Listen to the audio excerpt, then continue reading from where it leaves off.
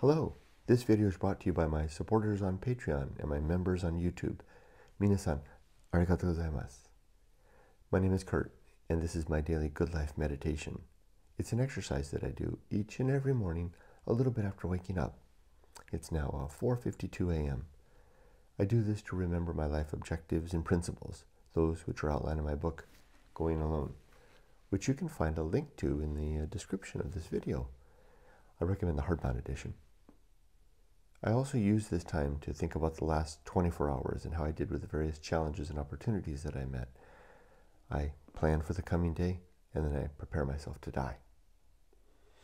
All right, let's begin. Today is the 27th day of December 2023. Just a few days left in this current year. Last night was a pretty good night. I slept well and sound. I was to bed a little bit late. I think I got to bed around 9 p.m., which is late for me. I slept good. Yesterday was a good, solid day of work. I had some really good and productive meetings. I really advanced my project in a good way. I also was able to take care of a number of personal things during my break time, in the morning before I got started working, at lunch, and after work while I was waiting for my wife to finish her job. Had some good walks. Nothing really took me by surprise. I was mostly just grateful for my job yesterday. I even mentioned it in one of my meetings to my coworkers, how being away for a couple of days on a holiday can really make you appreciate having a job to come back to. I really don't think I'm prepared, even though I keep telling myself that I'm ready to retire and I'm counting down the days, 354 now. I don't know that I'm built that way. We'll see. I guess that's telling that one of the things I did yesterday in the morning before I started work was I updated my resume to prepare it for a potential job search after I finish this current job. So maybe I'll be retiring from this work and moving on to something else. We'll see. Although I hate to think of that. I hate to think that way. I don't want to spend this last good decade working for somebody else. Just seems like a bad use of time. I have to sort all that out. All right, the good life. I think I can do it without holding the book. Let's get ready. And today I'm going to dwell on the objective called balance, which is objective number 8. Here we go.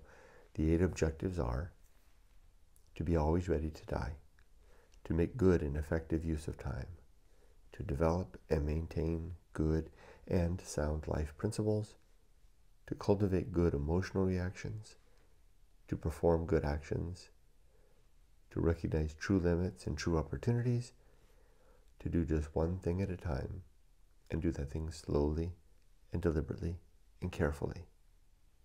And then objective number 8 is the objective of balance. What that means is that I want to be upright, stable, and in equilibrium. Almost like a man floating in the sea with his arms out, his head above the water at all times. Not toppling to the left or the right or forward or back, or pulling down under my own weight, which I know is a constant thing happening throughout life. We're always being toppled and pushed and pulled and oriented in different directions than the way we want to go. I remember once on the Atocha, which was the name of the boat that my dad and his friends owned. It was a big boat. It was like a trawler, and it had a flying bridge up above. And I remember sailing to Catalina Island, or not sailing, but powering to Catalina. It was a power boat, powering to Catalina Island. What kind of was it? I think it was called a trawler. Anyway, I was steering the boat. I was up on the flying bridge and I had the wheel, and I could see the lights of Avalon dead ahead, the little community out there on Catalina Island. We were headed for Avalon in the early morning. I could see the lights out there, and I was steering the boat, and I would turn the wheel to the left to try to bring the boat to aim right on Avalon, and there would be a point at Avalon, and then the boat would continue a little further, and I'd steal the wheel the other way, and the boat would slowly come back, touch Avalon in the direction, and then go back and then the other way. And it was this constant course correction back and forth. And my dad commented about that, about how that's how you navigate for the most part. This is before really there was any auto navigation.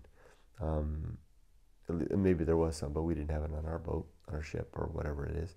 And I couldn't help but remember or think about that throughout life, how it always seems to be this course correction. That's also part of the principle of a balance, is maintaining the course, pushing to one way, to the left, towards whatever goal there is. Now I've added to that, I've been disabused of the illusion of free will, which makes things even more interesting, because it seemingly seems like we're directing ourselves one way or the other, but it's as seeming as the tongue of water moving its way down a flash flood channel in the desert, simply following the course laid out to it by the conspiratorial forces of the universe at large, creating a stream bed that allows the water to angle in a downward path towards the sea, or at least the lowest point in the desert. So is our life. So is the effort of balance.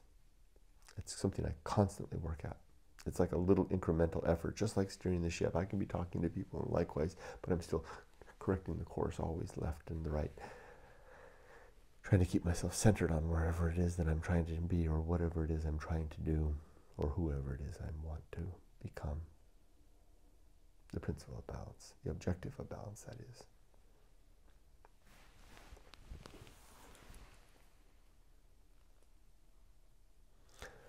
The 35 principles then. Here we go. War, reason, homunculus, anchor hold, home of good and evil, purpose, atomic principle, nature, pirate ride, maturity, social principle, family, public speaking, temperance, life will not go well, the horror show, that which must be born, the feast of offal, distraction, agency, and the great indifference, the best seat in the house,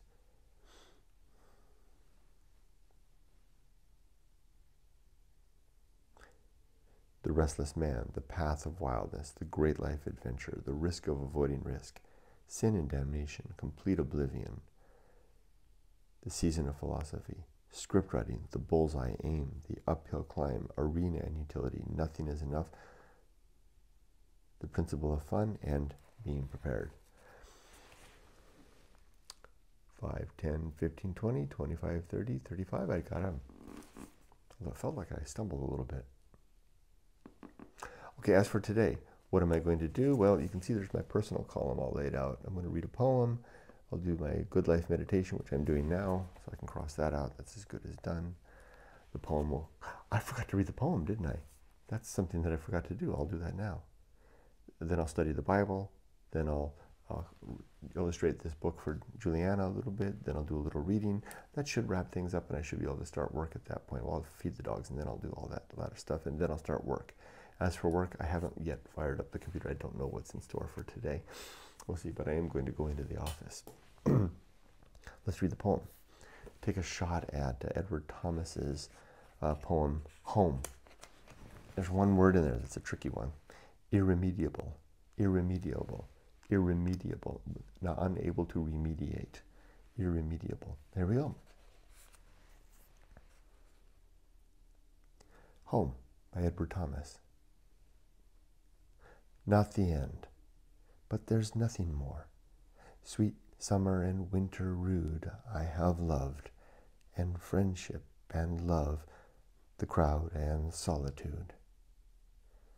But I know them, I weary not, but all that they mean I know.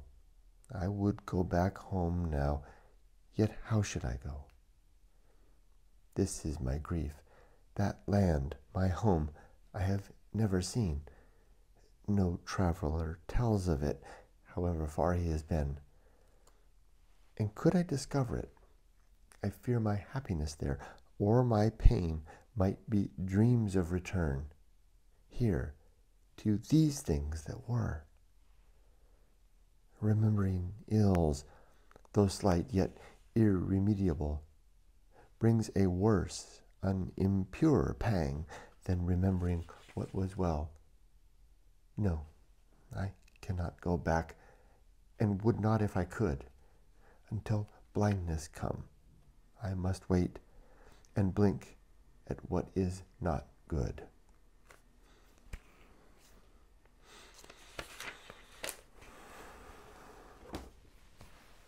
Okay, it took 4 tries, but it nailed me. Good Lord. You can't go home, and in this case, you won't want to go home because he knows it's not there. And then wanting back to this imperfection of what he has now.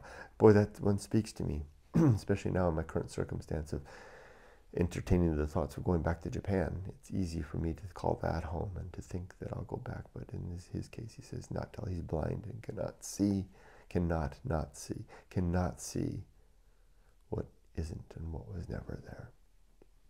Let's leave it at that. Damn good poem. Be safe, but not too safe. Take care. Okay, いってらっしゃい。